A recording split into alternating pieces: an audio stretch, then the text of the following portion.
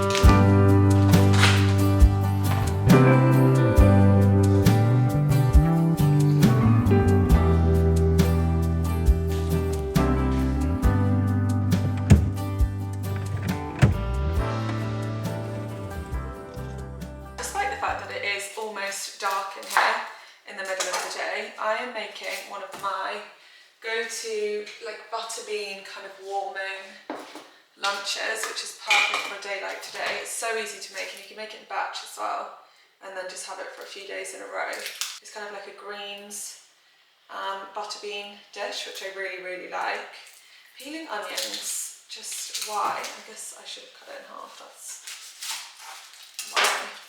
You know, I'm one of those cooks, I don't mind cooking, but I really do find all of the prep tedious, like peeling garlic, just one of the worst jobs, isn't it? And then this leek in a second, obviously I have to wash it, and washing leeks is just a whole thing in itself. But yeah, I'm just planning on having a really cozy kind of home week this week, just doing the things that make me happy. A lot of time outdoors, a lot of cooking, a lot of reading, spending time with Rue and my parents, probably going to National Trust, like going home shopping, because I'm really trying, I think I mentioned this maybe week before last or something, but I'm really trying to make my home feel more like my home at the moment, because obviously we renovated this whole house last year, and I think the priority when we were renovating, or I know the priority when we were renovating, was just to get in here like as soon as possible. And obviously the easiest way to get that done was just to get the house finished with like pretty much like a blank canvas, so that we could just over time make it our own. But you know how these things go, once you're in, you just get accustomed to how it is and kind of never prioritise actually doing those finishing touches. So I was saying the other day to my parents, this house very much still feels like a bit of a blank canvas. All of the walls are there, a lot of the furniture is very neutral. And you know, one thing I'm really over, just I think in life in general, not even just with the house, I'm really over doing things to fit like a certain aesthetic. So I think at one time it was really important to me that my home was sort of a certain, it fit into a category of a certain style. So whether that's quite neutral, whether that's kind of modern country feeling. But now I just think, you know what, I want to buy things for my house that I love, and I want my house to be a representation of me and all the things that make me happy. And one day in the future I want to be that house that has my children's drawings on the walls and magnets on the fridge, if that makes my children happy. And I honestly just think that's what life is all about. It's not about having a perfect home and everything being in its place. It's about having a home that makes you feel like it's your own, truly like home to you. So yeah, that's a bit of a side note, but I just have been feeling that way about a lot of things recently, just even about, you know, what I do on YouTube or how I dress or anything. I'm just tired of trying to like figure out what it should look like or, you know, should be doing. I just want to do more of what makes me happy. I have no idea how it even got on to that topic. Oh, I know, I was saying that we might go home shopping, which I'm doing a lot of at antique stores, because I think the furniture you can find in antique stores, number one, I love the fact that it's just quite unique to you. It's not something that they have 10 of in every store sort of thing. And I also think there's something really like nostalgic about, I don't know, furniture that's had a life before it came to you. And a lot of the furniture you find in antique stores remind me of like my grandparents' houses, or even things that we had in our house growing up. And I just think that's really special. So I've been really enjoying that. Oh, I just butchered that onion. Anyway, we're making lunch and I'll kind of show you roughly as we go how it goes. You okay? Why are you naked?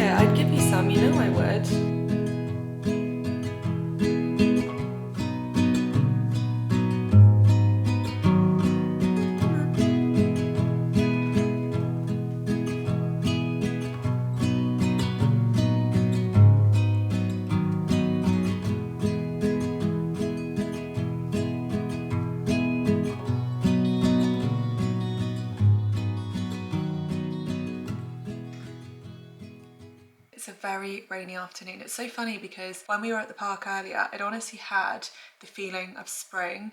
I think because the sun was out and it was actually quite mild today, and there were children with ice creams, and it really just reminded me of what we have to look forward to. However, with that being said, there is nothing that I love more than a cozy rainy afternoon with a big cup of tea and some books. I'm so pleased. Let me put this down. I'm really back into my reading. For a while I really just wasn't reading. So I only very recently finished this book, which I would have spoken to you about honestly months ago, which is the Guernsey Literary and Potato Peel Pie Society. So I can finally watch the film now. I've been waiting to watch the film. In the end, I did really enjoy this book, but I feel like it's a little bit of a slow burner just because it takes a while to even get to grips with who's who, because there are so many different characters and the whole book is a series of letters written between people. So the character building takes a minute, and it also just takes a minute for you to remember who everyone is and how everyone ties together, or at least for me it did anyway. And I think because it took me a while to get into it, I just wasn't reaching for it as much as maybe some other books. Reading for me is very much like a habit. If I get out of the habit, it just stops being on my radar kind of thing. Anyway, once I gave this book a fair chance and I got to know all the characters, I did really enjoy this. It's just like a really nice read. But you also learn quite a bit about Guernsey and what it was like in the war, and I really enjoyed it. I really did. I've been to Guernsey a while ago, but I feel like I'll have a really lovely picture of Guernsey in my mind now. Anyway, I wanted to tell you about the book that I'm about to start. This is part of a series, and I read the first one and I can only describe it as being like a warm hug. And what's really funny about it is it's definitely by no means going to be the best book you've ever read, or teach you anything in particular, or challenge you intellectually or anything like that. Some books are just really lovely, cozy, comforting reads, like a hug. And this first book that I read in this series was definitely that for me.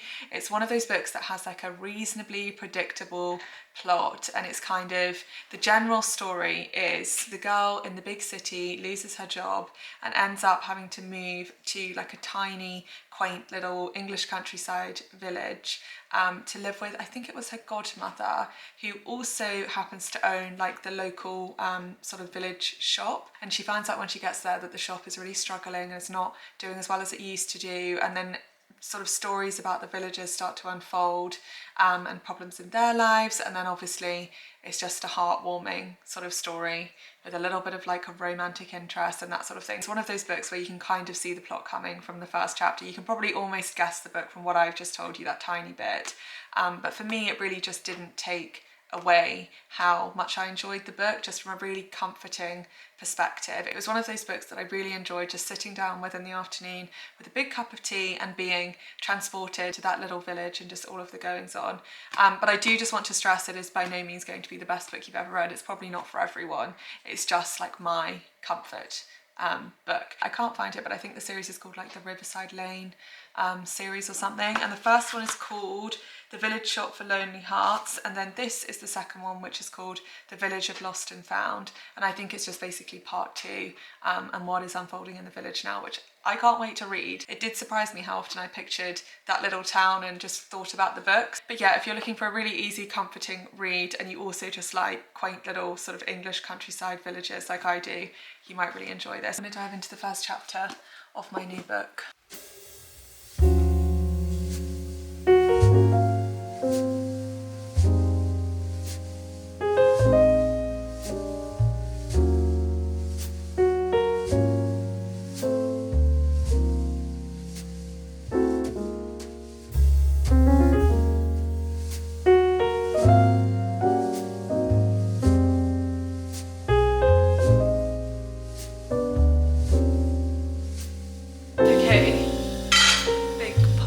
On the heat, turn it down, loads of olive oil, that's too hot.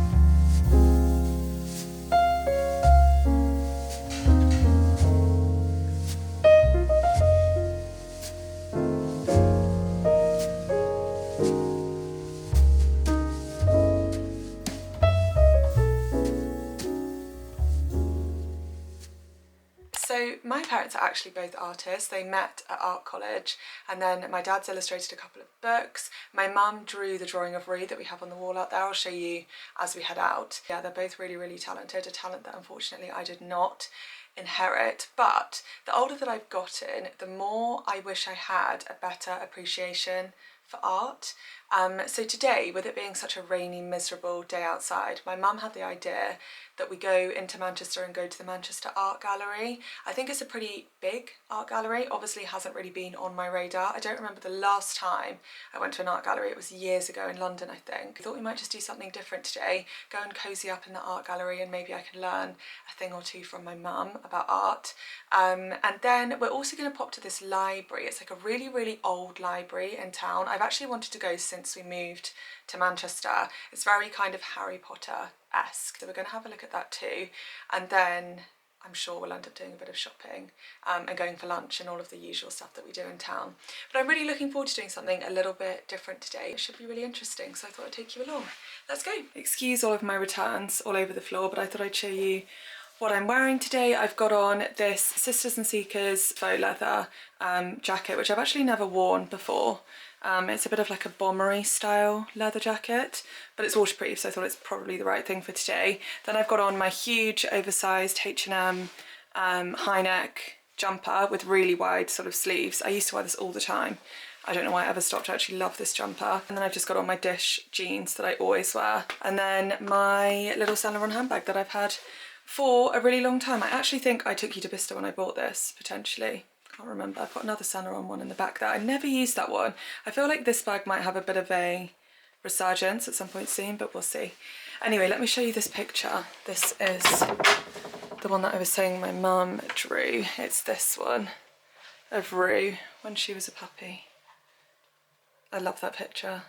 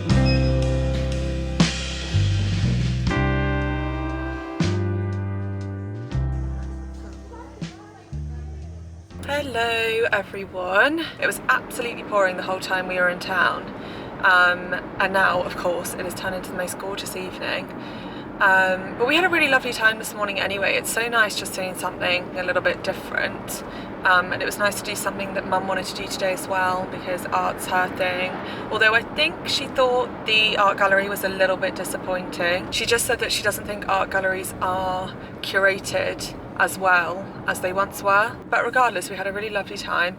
We went for some lunch, then we popped home, just had a cup of tea, and now I'm back in the car. I'm on the way to the vet actually with Rue, but nothing is wrong. Basically, we just recently changed vets, because actually when Poppy had her operation, Poppy's my parents' dog, she just had an operation on her teeth really recently.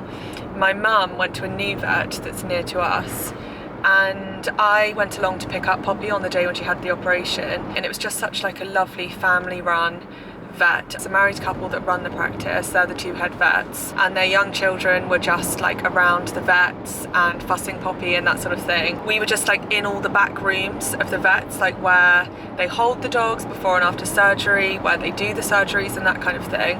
So it was really nice because it just felt really, really transparent.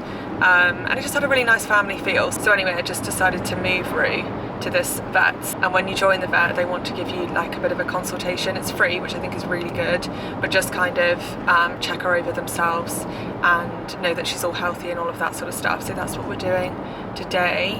And then when I get home, I'm really hoping I won't be too long here, and Mum and I might be able to pop out with the dogs. They went out with my dad earlier, but there's a person that's just randomly stopped in the middle of a main road here. Hello, sir. Okay, we're going.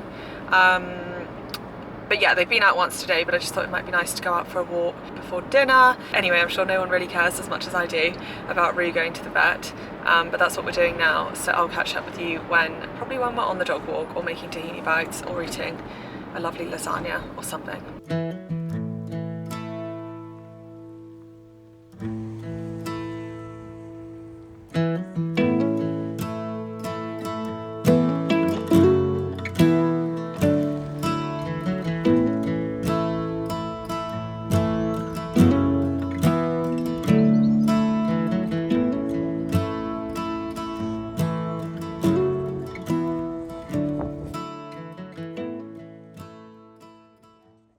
I've just thrown a hoodie on this morning. I want to be really comfy and cozy today, though I have done my full makeup for the first time this week today, because honestly, like I was saying at the start of the video, there is just something about the week before your period that just, any ounce of self-confidence you might have, gone, absolutely gone. Especially for me, I feel like my face just holds so much water. Like my whole face every morning is so puffy. I get such bad water retention in the week before my period. So it feels like everything you've been doing at Pilates is out the window. Pretty much my whole body and my whole face changes in the week before my period. I don't know whether that happens to other people or whether I just have to deal with that. So heaven help me if that's a sign for what's to come when I get pregnant one day. I really have to remind myself when I look in the mirror that this is just my period, because also my skin all breaks out. Like I've got breakouts all around here. I think this is the typical hormonal breakout zone. I could be wrong, but I'm pretty sure I saw that around your mouth is normally hormonal breakouts. You get any breakouts the rest of the month, but before my period, just everything hits me at once. Water retention, the breakouts, and also your mood is obviously just not the best anyway. So all of that together is just a lot. So anyway, I did my makeup today just to feel a bit more like myself. Mum and I are actually going to pop out and do a little bit of like furniture hunting this morning. We're actually just going to go, it's like a really sweet little town that's near to me here. It's where I used to do Pilates actually before I got this new studio, but I always notice when I drive through that they have quite a few like interior homey sort of shops that I've never looked in. So I thought we'd go and have a browse there today and see if I can get anything. I'm mostly looking for a mirror for my mantelpiece today because we bought a couple of bits yesterday, like a little side store, which I'll show you later. So let's go.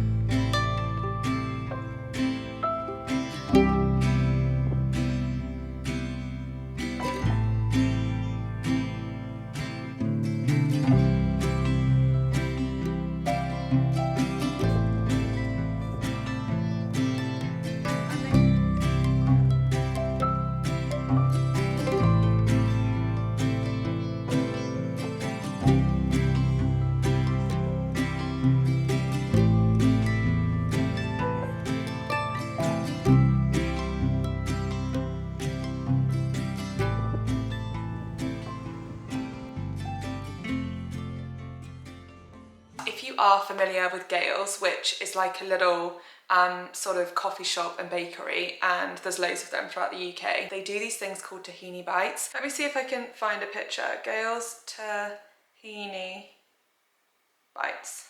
Here we go.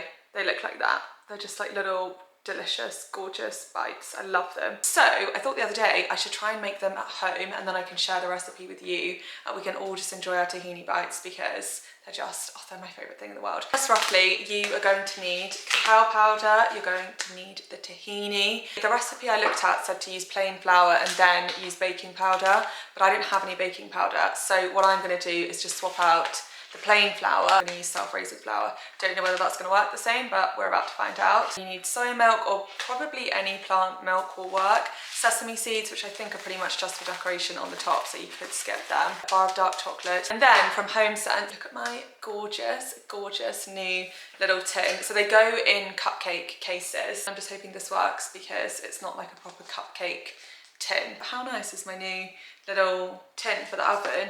Because it's Easter coming up, Home Sense have got so many like baking things in really like nice pastel colours. Okay, let's do this.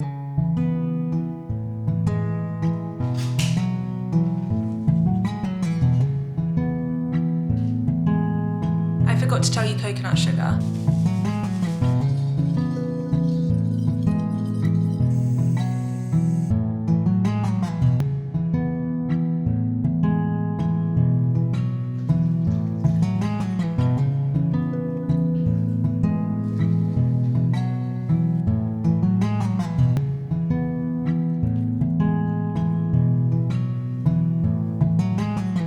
Okay, this is the consistency.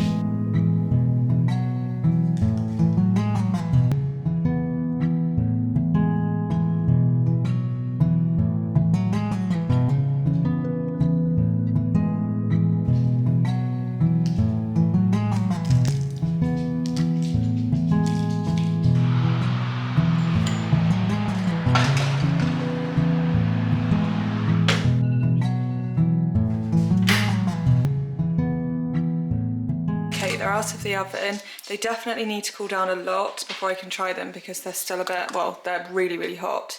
And I don't think they're going to come away from the casing until they've cooled down. But they kind of look the part, kind of. I mean, not quite as pretty as the girls' ones, but we'll try them later. Don't mind me being out of breath, I've just got ready in record speed, but I'm about to go out for dinner with my mum. It's like a small plates restaurant, which is my absolute favourite, and I'm really looking forward to it. I've gone for the first outing of this really sheer top that I got in Zara recently, and then I'm also wearing the trousers that I got too. They're giving work, but they're such a nice fit and they're so comfortable and they're quite low-waisted, which is perfect when you're going for dinner. And then I've just popped it on with this huge oversized wool Zara blazer. This is unfortunately old, but I found loads of really similar ones, so I linked them all on my LTK, which I will link in my description, because there's loads that are like, they're this wool material as well, and pinstripe and grey, and they're all really nice. Anyway, I am gonna spritz my Jo Malone perfume. This is my new evening favourite. It's red hibiscus, and it's like a really rich kind of smell, so I've been wearing this for every evening event. I'm not sure if I've got a link or something for this, but if I do, I will pop it in the description as well. And I'm just going to throw on some trainers with this to make it a little bit less like I'm about to go and hold a board meeting. So anyway, I don't want to make us late, so let's go.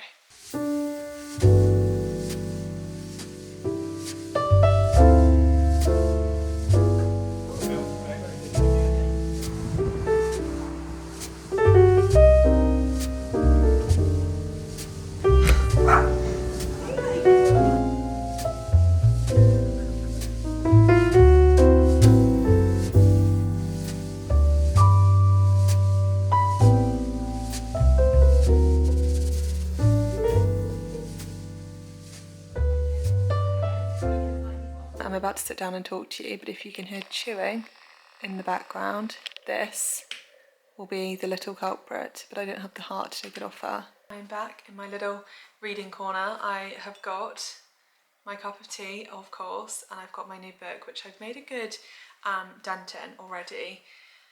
So far, I feel like maybe I'm going to enjoy the first book more, just purely because I think the plot, I don't know, the way she's setting up the plot seems like it's going to follow a very similar trajectory as the first book, and I think predictability is fine for one book, but if you then do the same plot and it's equally as predictable for the second book, I'm not sure.